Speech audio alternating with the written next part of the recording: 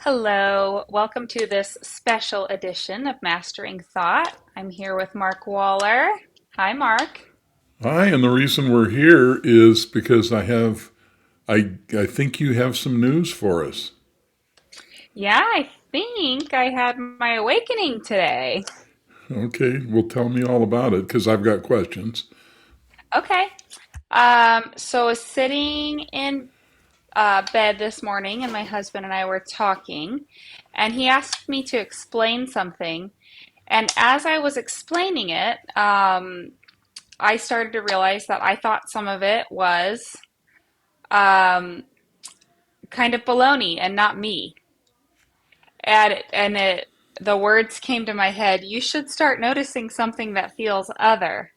And that's exactly what happened. I was like, this is other. And at that moment, I started to like see this bigger picture of maybe what this part of me had been doing. Not only had it's a little mischievous. It almost felt like it was I don't know if its job is to sabotage or just to be self-indulgent or what, but I started to see like all the times it had used me and all the times it had like made me think that I wanted what it wanted, but I don't. Okay, And so wait a minute. Before you go further, then, so okay, let me feed it back to you in my words. See if I okay, got this right. So sure. you were talking to your husband, and all of a sudden you felt kind of separated from the personality that was doing the talking. Yeah, And the personality that was doing the talking, you're saying, is mischievous. yeah. And so you had this experience. Now, would you say you were outside of yourself or that it was outside of you?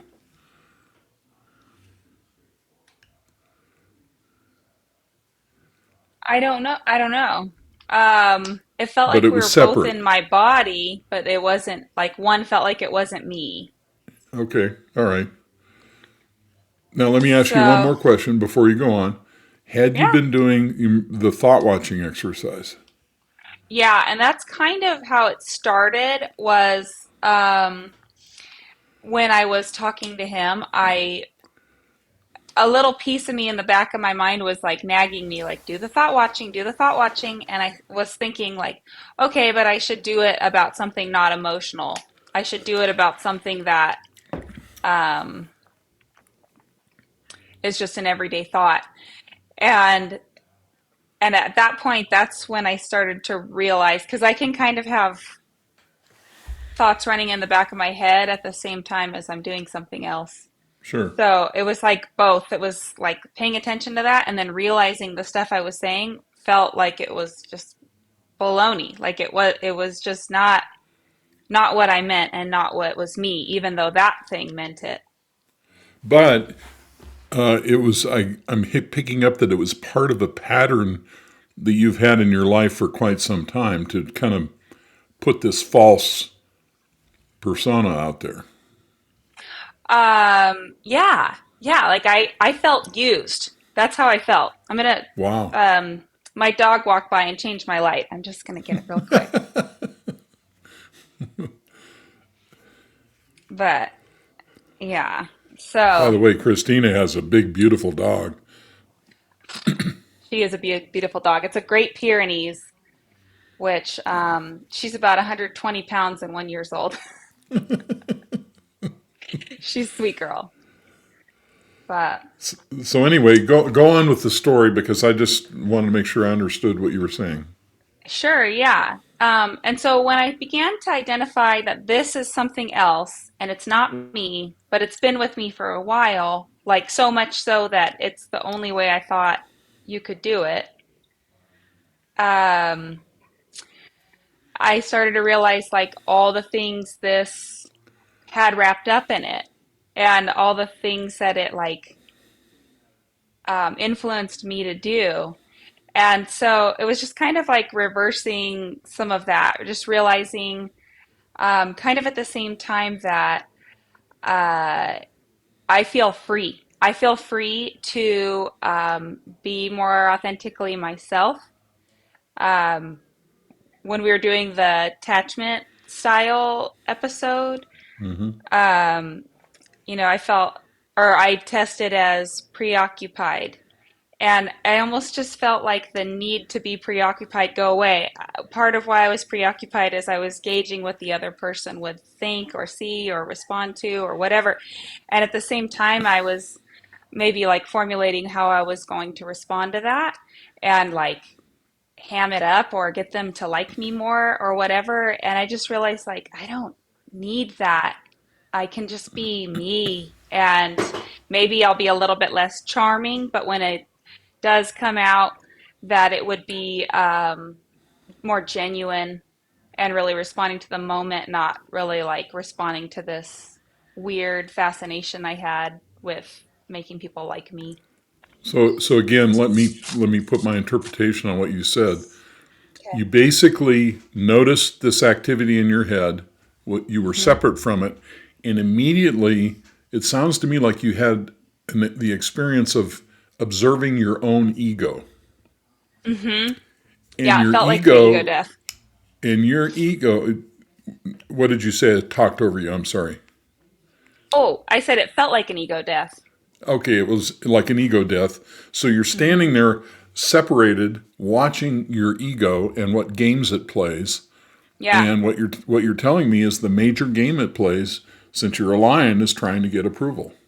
yeah, Isn't that interesting? That's just fascinating. yeah. And it's like, I mean, more and more as I've been doing work with myself, like I realize how much I, in an unhealthy way, didn't like myself. And so for the last year and a half or so, I've just been fortunate to make these different discoveries that allow me to like myself more. And this felt profound in that. Just like, you don't have to worry about it. Just be, and like, you don't care what they think. You don't care what they think anyway. So Right. why do you care if they like you? And Hmm. yeah, that was a And part that that stands out now. and that just happened this morning. Hmm. So the result of the thought watching was you had a moment of separation. Hmm. And what you saw when you separated, this is very interesting because this is exactly what happened to me when I had my awakening. Hmm. It's I'd all of a love to hear sudden about that. well, it's an interesting story, but in the instant that I woke up, I saw that I took everything personally. And I had been all Mm, my life. And I could see how it had a stranglehold on me and my life. yeah, yeah, And so it was all of a sudden like having a perspective I'd never had before because I was so busy in this role that I couldn't see it. yeah. So since this happened It's this pretty morning, wild. how's your day been? Oh, it's been a really nice day. I'm I do feel a little bit ethereal or something like that. Just like my head is in the clouds a little bit. But I Hmm. think it's just feeling so relieved from Like all that something's pressure been being gone. something's been taken off. Yeah. Yeah. Like the weight of caring too much has been taken Okay. off. And yeah, it's really quiet. I feel like it's really quiet in my head too. Okay. Isn't Hmm. that interesting? So now that you Hmm. no longer believe in that mental activity, there's nothing fueling it anymore and it's just quiet. Yeah. Wow. Yeah, I can imagine. I just so everybody's listening. I mean, about 10 o'clock this morning. She texted me and she said, "I've had my awakening," and I thought, "Oh my God, Yeah. amazing!" Yeah. I was like, if that's not it, then I don't know what huge thing's gonna hit me. Right. So basically, it was an experience of being outside of yourself, Hmm. looking at what your ego does and what games it plays, Hmm. and then not being finding that very attractive and not wanting to be in that energy anymore. Yeah, for sure. Yeah, I feel still almost a little bit grossed out with it. I do. It's just like been manipulating me my whole life. That's That baloney. yeah, that's incredible. So So this is so important that what you've shared, because your issue, if you had an issue, would be getting approval. Mm-hmm. So that's huge. So now you don't look at everything through the lens of rejection anymore, Mm-mm. which is what lions do. Now, Right. had your issue been anxiety, the anxiety would have immediately gone away because it would have gone through the same process. Okay. Because people with anxiety, when they wake up, they immediately see that their ego mind is generating this out of their thoughts, and they don't need to do it anymore. Mm-hmm. So stress, depression, anxiety, relationship problems, it's almost like somebody turns on a floodlight and you can see what's going on. Mm. I have a question about that because I've heard that ADD and ADHD also come from the same part of the brain that anxiety and depression do. Well, let me explain that. That's really an interesting question. So ADHD and ADHD, ADD, basically ADD is now ADHD inattentive type. The reason people have those symptoms is because there's a slight deficit in the front of the brain. Okay, now the anxiety, the anger, all that other emotional stuff comes from the limbic system, but this is like the police officer up here. And so if this is weak because of whatever, the fact that you were born with slight weakness up here, you're Hmm. not able to control your emotions quite as easily as maybe someone else. That would make sense. So the ADHD actually comes from the front of the brain, but since Okay. it's the police officer for the limbic system, then the limbic system has more power over you sometimes than it should normally. Mm. So the, Okay. so the two are linked, but they're not exactly in the same place. Okay. But the way we exercise emotional control is by activating the front of the brain. Well, that's great. If the front of the brain is slightly weak, then we also experience attention deficit disorder Yeah. as one Interesting. of the possibilities of that. Interesting. Yeah. Because that was another branch of where my thought went when I was kind of being an observer of what was happening in the moment. And it was like my brain just said, I wish I wasn't so easily addictable to things. And then at the same time, like something felt like it had to do with a neurodivergence in me that like they were tied together and that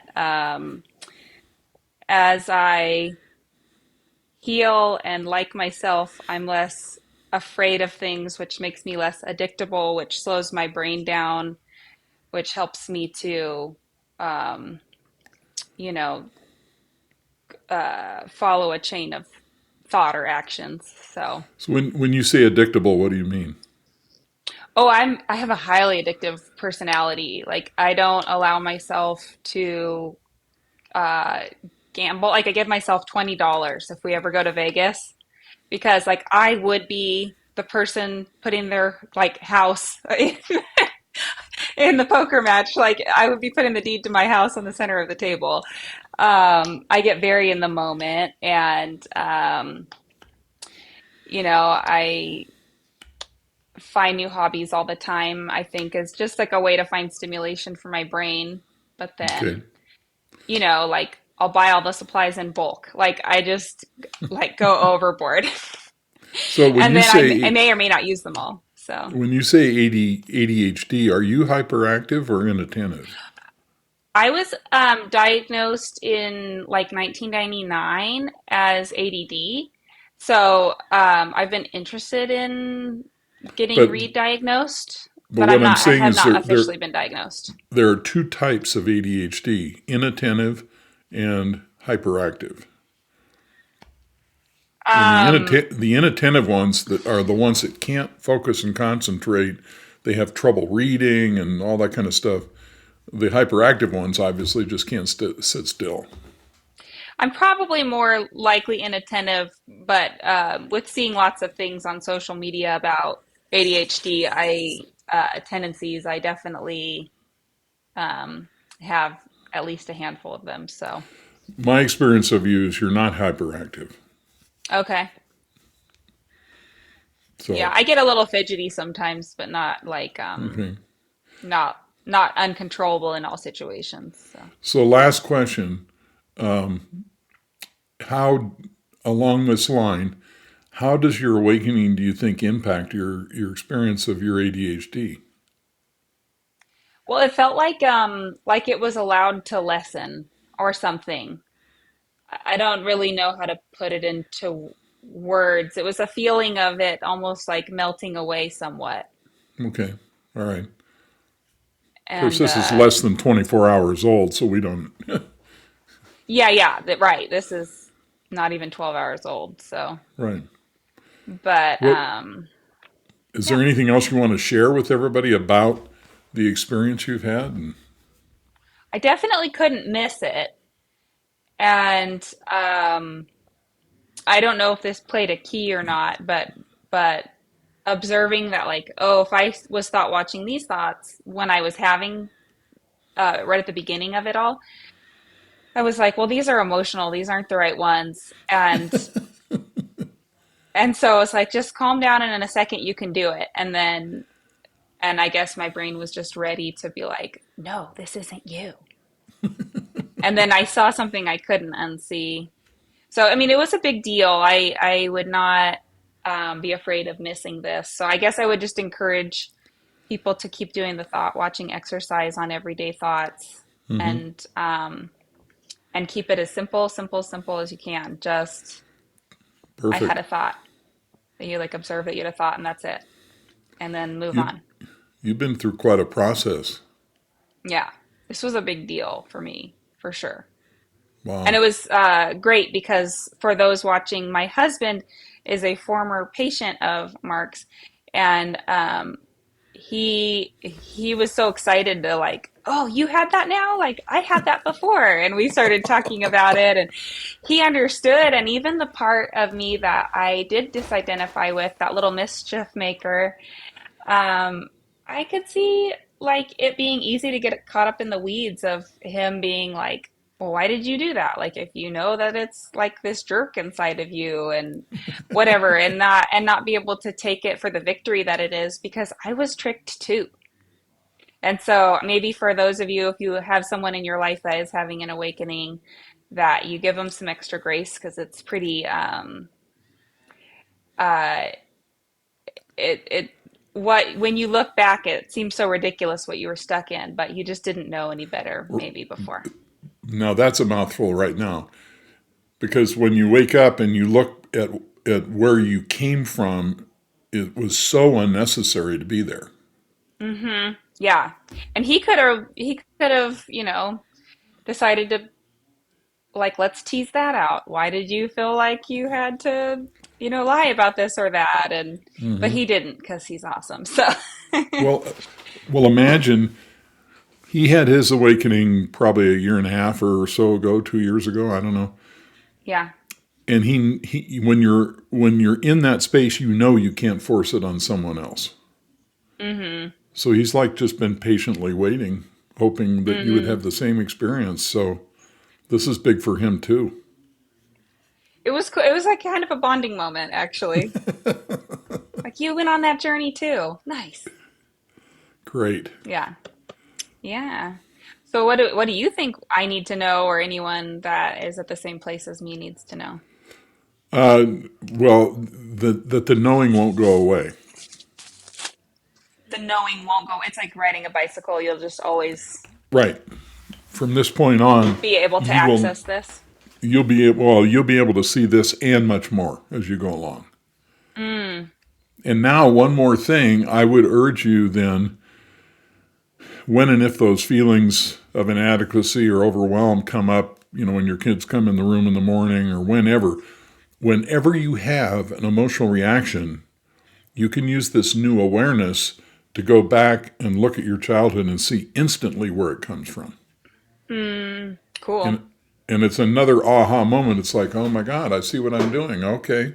And it's just, you're Mm-hmm. just letting go of all this baggage that, we carry with us from all that early experience. Oh, I'd be glad to. And the emotional reactions are the key. They're the key that unlocks the door to healing that stuff. What do you mean the emotional reactions? Because when you have an emotional reaction, it comes from the limbic system. Mm-hmm. And the limbic system was completely developed by the time you're about 5 years of age. Mm-hmm. So every time you have an emotional reaction, it's always connected to early childhood emotional learning, Right. but it's usually outside of our awareness because it's been with us for so long. Mm-hmm. And so when you get angry, when you get frightened, when you get feel overwhelmed, there's always an aspect of it that is tied to that early programming that we get as children. Okay. And all you have to do is just say, "Oh, it's happening. Okay, I'm going to follow that thread back and see where it ties Yeah. in." Okay. So you can just challenge that in the moment. Or even the next day, you can say, "Okay, I had that Okay. reaction last night. Okay, how does that relate to my childhood?" And you'll see it. You'll just Okay. see it. Okay. So if you're thinking back on it anyway, you might as well do a little work. Well, exactly. Yeah. But once you connect the dots, you go free. Yeah. So neat. Cool. And then if you Well, if you stumble, you know immediately where it came from. It's like mm-hmm. not a mystery anymore. Mm, that's neat. I'm looking forward to putting this to practice for sure. Well, thank you so much for sharing your personal experience. It's like Yeah. holy ground that we're treading on here. It feels like it. Yeah. I'm excited for other people. If you're having your awakening or you're getting there, please share with us because this is really cool. Thank you so much. Yeah, thank you. All right, see you next week. Okay, bye bye. Bye.